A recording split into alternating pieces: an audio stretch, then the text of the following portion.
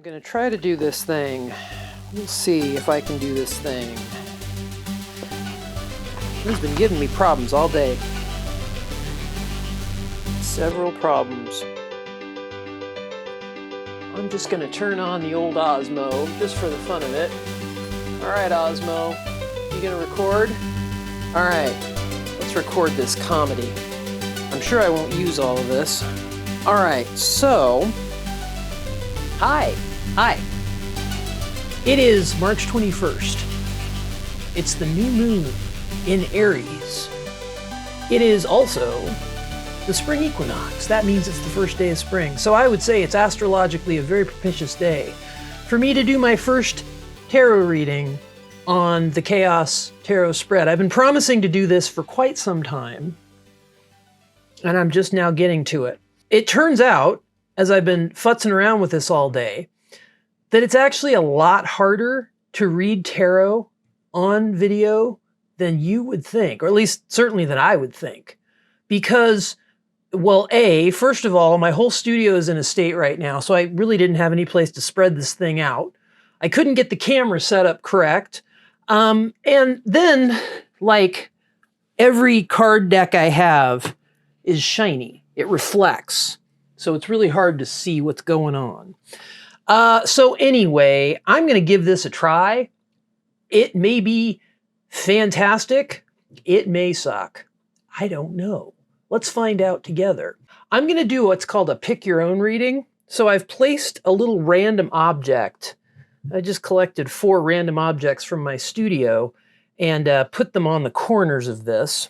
I got a little heart-shaped enamel box, which I've had since college. Used to keep incense in it. I got a little rainbow crystal thing. It's just a sparkly little thing. It's pretty. I got a little coin that a friend of mine got from the Tower of London. It's a gold coin that has a raven on it. And I've got this little daggery, ornamental daggery thing, which, you know, I thought, why not? It's kind of cool. So that's what I'm going to do. Of course, I'll timestamp it. So you just choose whichever one you feel most called to. We're just going to try this out. This tarot layout is one that I've kind of made up, and I'm still feeling my way through. So, hey, we'll see what happens. Jump ahead to whatever timestamp you want to jump ahead to. Let's get going.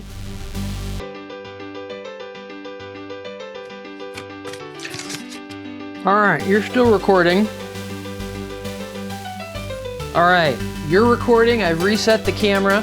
I'm really glad I have Osmo, because when I was doing this practice, it was really, really, really hard to get into the flow without having someone to read for. So Osmo, I'm reading for you. I'm pretending that you're my querent. So we're going to go ahead and throw the center 2 cards. I have every single one of my decks out because I was testing them to see which ones were the least reflective. So I'm going to start with, this is the dark exact tarot. Here, let's see if I can be like a real YouTube, look at that. Whew, damn, I'm getting it. I was going to use these because they're the least reflective ones I had. It's called a Wicked Pack of Cards. They would get me demonetized. If I were monetized, which I'm not, and I probably never will be, but the imagery on those is a little extreme. They're very cool, but just to give you an idea, can I show, I think I can show this. Look at that. It's a guy with a severed pig's head. We're going to start with the Dark Exact Tarot for the center. And then these center cards are going to be common to all the readings that I do time-stamped. Let's try this. Okay, first card out is the World. Cool. And that's going to be crossed by the Wheel of Fortune. We're off to a flying start. Reading number 1, the little heart-shaped box. Okay, what deck am I going to use for this one? I figured I would use a different deck for each of the readings. Let's do, this is the Flux Arcana Tarot. I do a quick shuffle on these. I shuffle my cards. A lot of readers do the little flippity-flop thing. I don't know how to do the flippity-flop thing. I'm no good at the flippity-flop thing. I gotta shuffle. Osmo, I'm reading for you. I got to read for someone. That's my problem. It's really hard to do it. It's hard to get into the flow if I don't have someone to read for. So, Osmo, I'm reading for you. All right, let's lay some cards out. Go here. The Wheel of Fortune again. What do you know? Go here. Go here. Go here. And go here. The way I'm doing this layout, I'm having this card right here, from here to here. This I call kind of the center card. This is the one that's the primary card of this reading. And it's the Wheel of Fortune again. Let's see, can I do it? Come on, YouTube gods. It's the Wheel of Fortune. I love this deck. It's a really pretty deck. So we've got the Wheel of Fortune twice. So in the center position, we have the World, which is kind of the culmination, a time of fulfillment, a time of when things have reached a certain point. Right? In an individual's life, it's a time of accomplishment. But given the kind of the circumstances of what we got going on in the world right now, I think it maybe is the world. And then that's crossed by the Wheel of Fortune. So, I mean, if I'm just reading this, off the top of my head, it's a time of great change. I don't think you need a tarot reader to tell you that. If you were called to this particular reading, you're probably feeling that energy pretty strongly. You're feeling that things are topsy-turvy. Now remember, the Wheel of Fortune goes up and it goes down. The Wheel of Fortune is not necessarily a good thing or a bad thing. I mean, if you get the Wheel of Fortune, you might think, oh boy, fortune, yippee. Well, fortune can be good, fortune can be bad. So it's more about the turning of the cycles and the turning of the wheel. So you're on the wheel and you're feeling it, and you're feeling things moving and shifting and changing. But let's see what the other cards have to say here. We also have, so we have the center card, we have the two flanking cards, which kind of come through here and then here. Let's take a look. We have, in this position, we have the Lovers. A very beautiful, my roommate is playing piano upstairs, so forgive me. We have the Lovers. I don't really read reversals in this spread, but I do tend to figure out what direction things are going because it kind of gives me an idea of what way the energy is going, if that makes sense, which probably doesn't. So we have the Lovers here, and then we have the Five of Swords, reflecty, over here. I think it was going that way. They're all kind of going this way. The Lovers can often mean a choice. It can mean a choice between two options. It can mean, it can mean love, sure, if you want it. If you're looking for love, it could mean love. It could mean that the Wheel of Fortune is turning in such a way that love might be coming into your life. Or, again, because the Wheel of Fortune goes up and goes down, it could mean that something is going out of your life. With the Five of Swords, that one, and also we have the Ten of Swords here, and we have, so this is the Ten of Swords. I'll show these if I can. There's the Hermit is one of those, and then the other one there is the Ten of Swords. I'm never, my career as a YouTube reader, I can already tell, is going to go nowhere.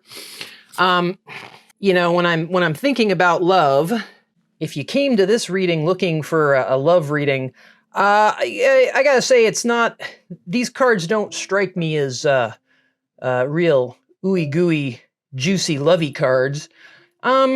Which is not, I'm not trying to say, life is terrible, but, I see the Hermit, I see the Ten of Swords. Well, so the Ten of Swords is often the card to me that says it's worse than you think.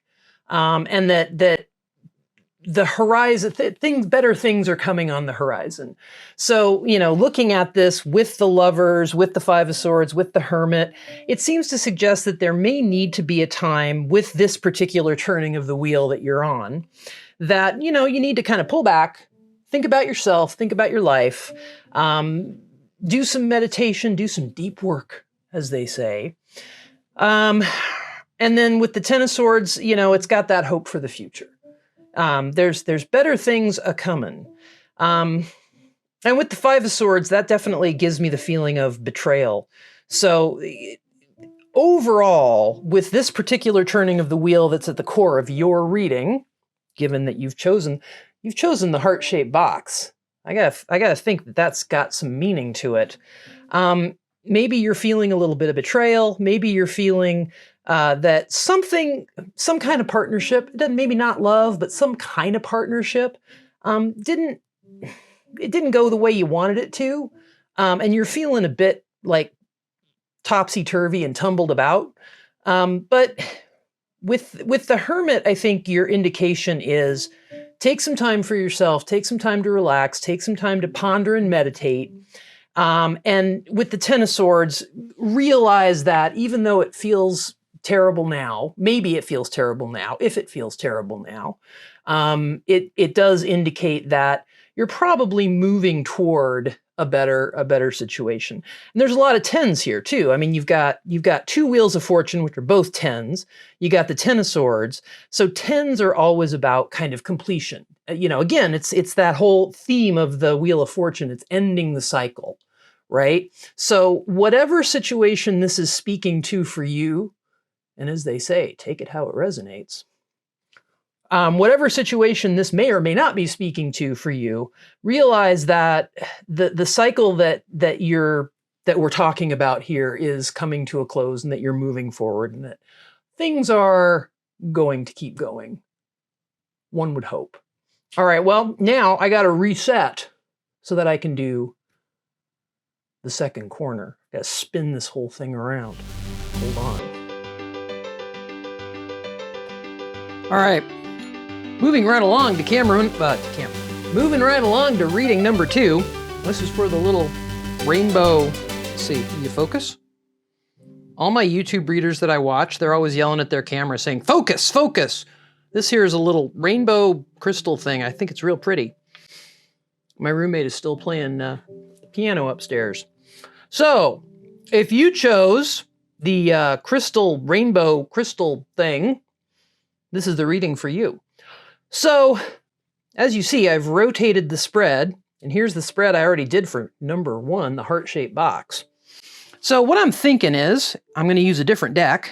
Which deck shall I use? I've used the Dark Exact for the center.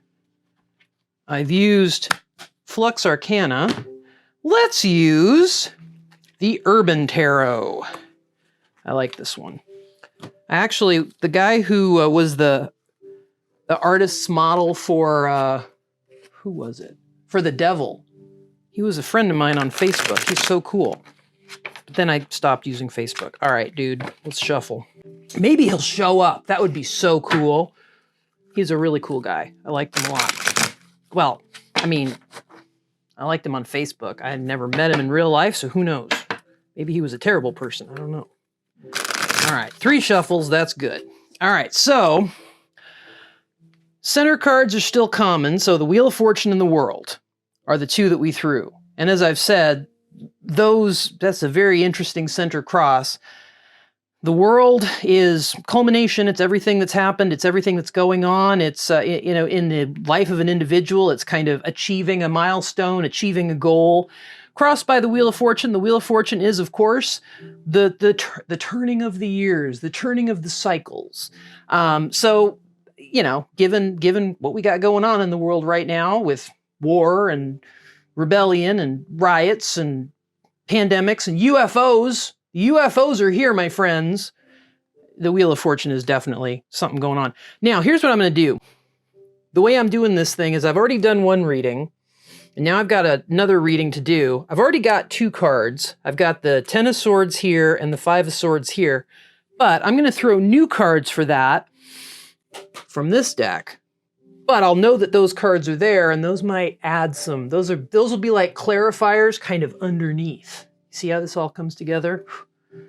This is a real system I got going here. All right, let's start with first card, Cruelty. 9 of Swords. Oof, that doesn't sound too good. We got Satiety, it's Satiety. 10 of, what is that, 10 of Cups? There's that 10 of Coins. I don't know what it is in this deck. Probably 10 of Cups. That seems like Satiety is a 10 of Cups kind of thing. So this is the 10 of Swords in the last reading. It's covered by Indolence, the 8 of Cups. What is going on here, my friends? We got Happiness. We got Happiness and Satiety over here. We got Indolence over here. What are we going to have over here? Abundance, the Three of Cups. Well, if that don't beat all. Well, the way I'm reading it on these, on this spread is this center card right here is kind of the primary for this reading. So the Nine of Swords, let's see here. Yeah, Nine of Swords, that way. It's cruelty, but it is, quote unquote, reversed. Now, I've been kind of pondering how to read reversals on this spread because there kind of is no direction to this. There's no in and out, up and down. It kind of goes all different ways.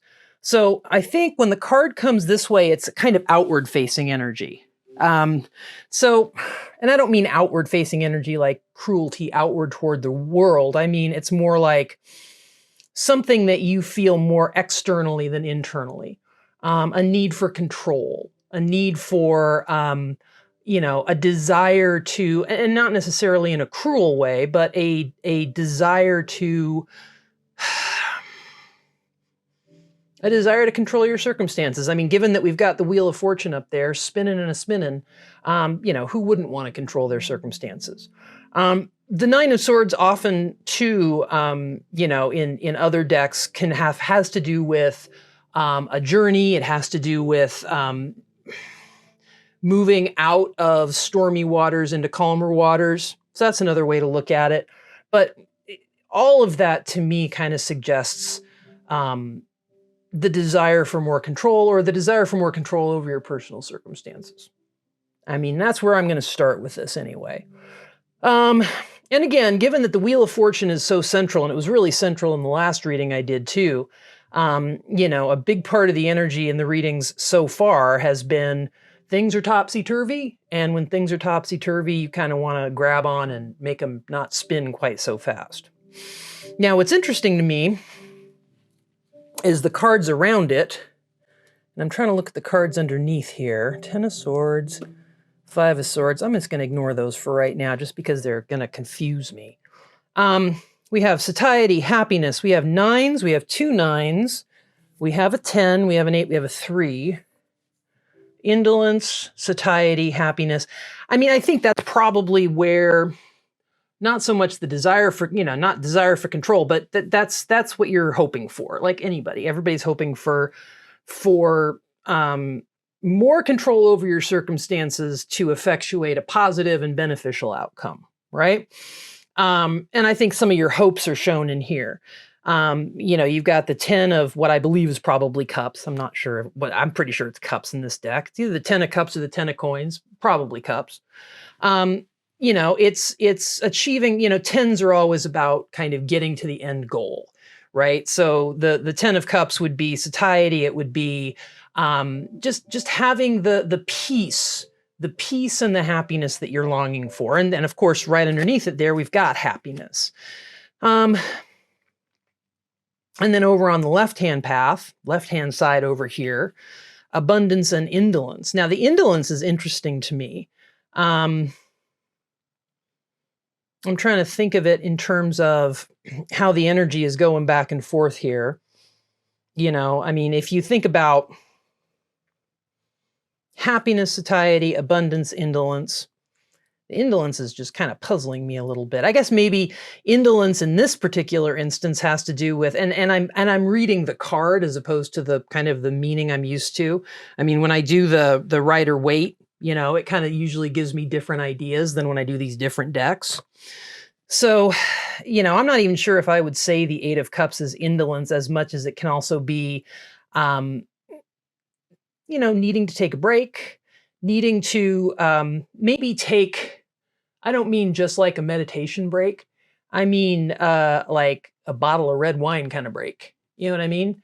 And I'm not necessarily sure that will lead to abundance, or if that is something that comes from this particular axis of energies.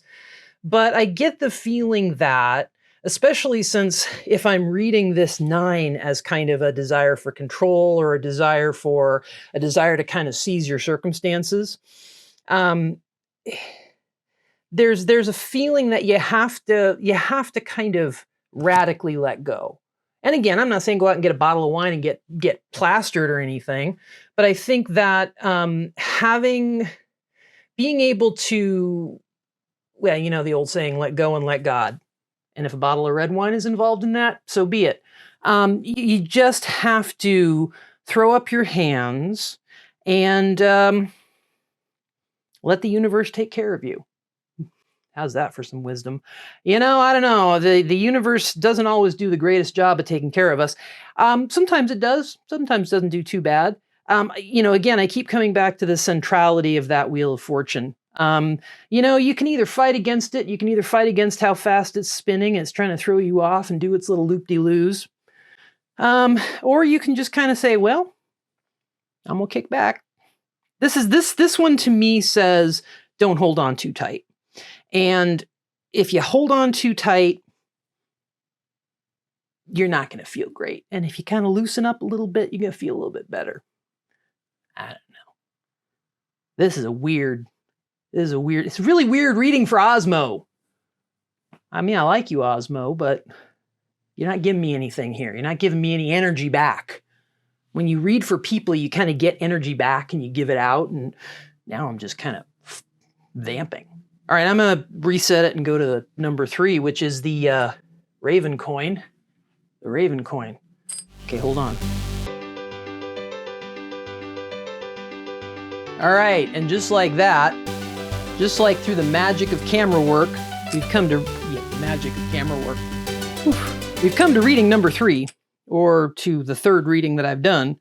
It's this cool Raven coin. Let's see. Come on, focus. Man, I really am a YouTube tarot reader here. Focus. It's a Raven coin. I got it because it was gold. You know how much I love gold, Osmo. Okay, so I did the heart-shaped box. I did the crystal sphere using the Urban Tarot deck. For number 3 of the coin one, the Raven coin, I'm going to use my good old tried and true Rider-Waite. We got the sun right there. Sun is always a good one. Usually when I read tarot, I use the Rider-Waite. It's the one I am most familiar with, as you can tell by how easily it shuffles. This thing is all bendy as, oh, we got some jumpers. Hey, let's be real YouTubers and use the jumpers, okay? How about that? Here's our jumpers. Come on, jumpers, what do you got for us? The 7 of Wands. All right, fine. Page of Wands. Okay. More wands. Boy, this is wand heavy. 9 of Wands. The 6 of Cups. Oh, yeah, I had this one earlier. And the 4 of Cups. Well, no major arcana in this one. Yeah, this deck always kind of does this to me. It always gives me the minor arcana and the pages and stuff like that. And I'm always like, oh, brother, it's not telling me much. I mean, it tells you plenty, but lots of wands. So we got all the wands here. We got all the cups here. That's very interesting to me. So the 7 of Wands, and again, I'm not really reading reversals. I'm just kind of reading how the energy is coming away from the center, or is it going into the center? In this situation, I feel like it's kind of going away from the center.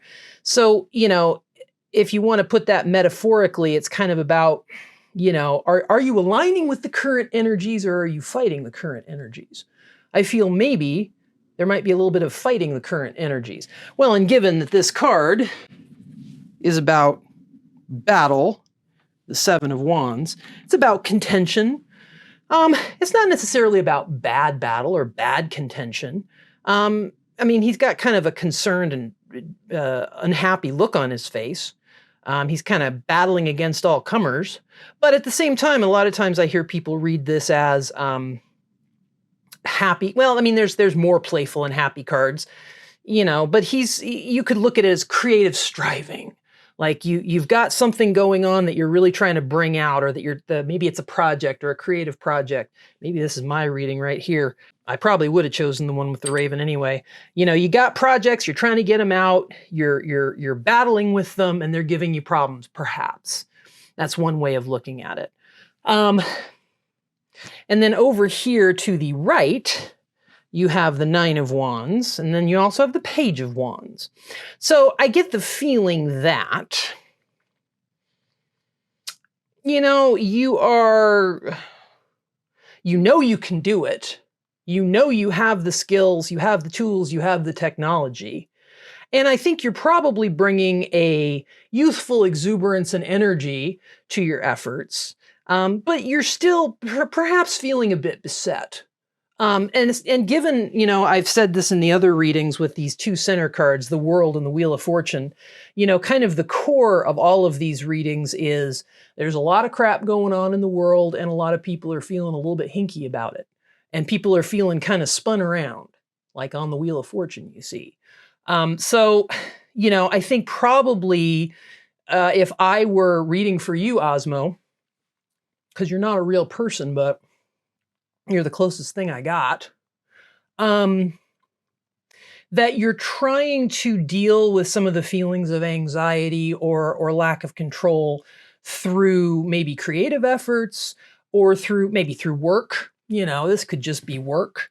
And you're trying to deal with your anxiety, but it's not necessarily getting you where you want to be. You're still feeling kind of, still feeling kind of shiverish. And then we look at the outside cards. So you got the cups on the outside. You got the 4 of cups and you got the 6 of cups. I like that numerically. The 4 of cups, of course, this is the one where it's the guy. Oh, come here, you. The guy looking off into the distance. We got happiness underneath it too. One of the things I'm trying to figure out with these readings is I want the cards underneath from the previous reading to inform the next reading. I'm not quite there yet. I'm still kind of learning this as I go. I've read tarot for a long time, but this is a new spread for me, so I'm kind of piecing it together. So the 4 of Cups is the guy, looking at what he doesn't have and not looking at what he does have, right? And then the 6 of Cups I just love that card. It's such a Disney card. It's so cute. 2 little kids, and they're exchanging chalices with flowers, and they're just sweet as can be, little pie-faced cutie pies. So I think overall, if I'm reading this, you perhaps, if you chose this reading, are maybe trying to distract yourself, whether it's with work, whether it's with projects. You're feeling like something's not quite right, but you don't quite know how to make it right. All right. And I don't know if there's really advice in the Cups cards that I have here, but it's more, like the advice that I feel like I always get with tarot. Maybe that's just one of my things as a tarot reader is, you gotta look for the miracles. You gotta look for the good things, which sounds so banal, but it's so easy to overlook the simple solutions. That's something I really get a lot of times when I think about wands, especially, is it's a lot about energy and effort, but sometimes it's overcomplicated. Don't overcomplicate things. Look for the simple solution. Look for the thing that's the easy way out. There's no shame in taking the easy way out if you can find it. And the universe a lot of times will give you the easy way out. I mean, it's one of the things I love about cards with kids is, kids are pretty simple creatures. They cry when they're sad and they ask for food when they're hungry. So don't get too much into your own head. I know usually it's swords or air cards that are about getting in your head, but this one is more about getting into your work head. Trying to busy yourself out of feeling anxious. When, don't, feel the feelings and look for the simple way out, I guess. That's where I'm going to go with that one. It's very interesting. I'm getting some interesting stuff here. All right, let's move on. Let's go on to the last one. All right, how's this? Less than 10% battery remaining. Osmo, you got to hang with me, my brother. We only got one reading left to do. I didn't plug you in because I don't have a plug-in. I had to move everything around. You like my hat, by the way? It's a pretty cool hat. I made this. It's an Ushanka with an eyeball. All right, what am I going to use for this last one? Let's use my old. This is called the New York Tarot. It's a really old deck, and it's got images from New York from like the 70s. All right, less than 10% bad. Well, I better get this one going fast. So this is the reading number 4 for if you chose the little knifey thing. All right. Don't crap out on me, Osmo. I need you for this. I'm reading for you. All right, this is interesting because when you get around to this part of the wheel, you've already got these cards. And I'm still trying to figure out how to use these cards in the reading. I haven't figured that out yet. Ooh, 2 of Swords, 2 of Cups, Knight of Swords. Got 2 cards here. The Demolished Tower and Strength. Oh, look at that. This is the Demolished Tower, which I guess is a demolished tower. 2 of Swords. Strength is, look at this. Strength is Quentin Crisp in front of one of the New York Public Library lions. It's freaking awesome. All right, 2 of Cups. We had 2 of Cups in one of these over here. Oh, we had the 3 of Cups. 2 of Cups is kind of the mini lovers card, which is not to say it's about love. It's about just good fellowship, partnership, relating to another human being, whether that's a friend or a lover or a business partner or whoever else. So that's kind of central to this. And so maybe that's what you're wanting. Maybe that's what you're longing for. Okay, so 2 of Cups in the middle. That's kind of central. So maybe that's what you're seeing is the answer, or what you're longing for is a closer sense of partnership with somebody or something, maybe a sense of belonging. Maybe that's what you're looking for to kind of help ground you in this particular time. So off to the sides of that, we have the Knight of Swords and we have the 2 of Swords. So that's interesting because the Knight of Swords is, you know, a lot of people read knights as messages or messages from the universe, but you got swords on both sides. So you're kind of, I think you're looking for a message, or you're looking for something that gives you the feeling that you're moving toward this. Something that you're looking for divine guidance in some way. And then you have the 2 of Swords. So you have the 2 of Cups and you have the 2 of Swords. I think you're probably, it could be that you have a particular choice you're trying to make, that you're kind of torn between 2 options. That's interesting. All right, we better get you going again. Man, I hope I've been recording this whole time. All right. I really hope I've been recording this whole time. Osmo just died. Poor Osmo. I knew you gave me a warning. You said you only had 10% battery left. So let's pick up where we left off. We were talking about, I was talking about how cute it was that I have all these swords in this reading when I got this. This is the one for the little knife. So the Knight of Swords, looking for maybe some divine inspiration, hoping for divine inspiration. 2 of Swords, you know, maybe being on the horns of a dilemma or having a couple of different options, or just feeling conflicted in some way. Like it could be, you know, if you're looking at the 2 of Cups and maybe, you know, looking for partnership or wanting closer connection with someone or something, you also might not want that. You might want to kind of keep the status quo the way it is. And also with the Wheel of Fortune in the world, the Wheel of Fortune, at least in the way I'm reading all of this right now, again, it can be a good thing or a bad thing. It could just be a feeling of uncertainty and a feeling of upheaval. So it could be that you're feeling torn because there just seems so many options and so many ways to go. And you really, maybe this is just saying you would prefer a little bit more simplicity. Like the 2 of Cups is a pretty simple card. It's just kind of there. And you kind of yearn for something that's a little bit less head-bendy, perhaps. That's what I'm getting there. The Demolished Tower and Strength. That's a very interesting pairing to have there. Of course, the Demolished Tower would be the tower. And that kind of ties in with the idea of upheaval, things coming down, you know, not necessarily, you know, they say crashing down, but it's more about like everything, like life and death, right? We're coming into spring season. You can't have new plants you can't have spring without winter. You can't have new plants without digging up the soil. So the Demolished Tower is not, Osmo, are you still going? Connection failed. Well, you better still be going. Your light's still flashing. Man, I only got to finish this, dude. Let's finish this. So the demolished tower is, let me try to bring this all back together. I don't know how these YouTube readers do it. So Two of Cups is desiring simplicity. Knight of Swords is looking for divine inspiration. Two of Swords is feeling trapped, maybe pulled between, on the horns of a dilemma. Page of Wands underneath that.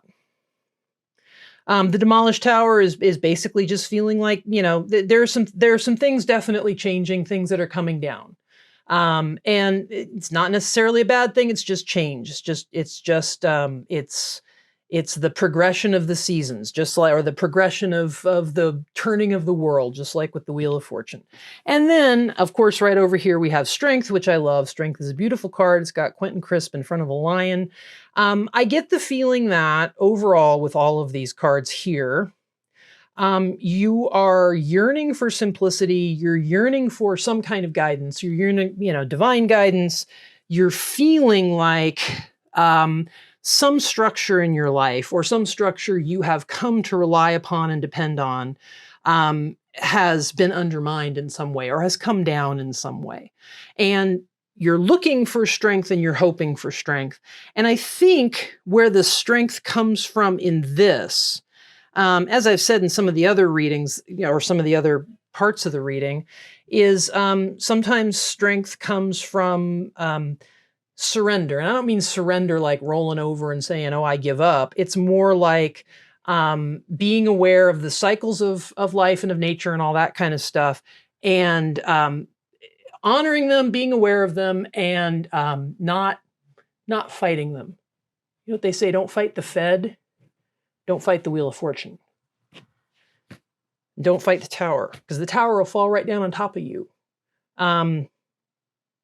Which is not a super helpful thing to say, because it's like, don't fight the tower falling on top of you. It's still going to fall down on top of you. Yeah, I'm never going to be a good YouTube reader, but I gave it a try. I took my spin on the Wheel of Fortune, and I had promised to do this for a long time, so I wanted to do it.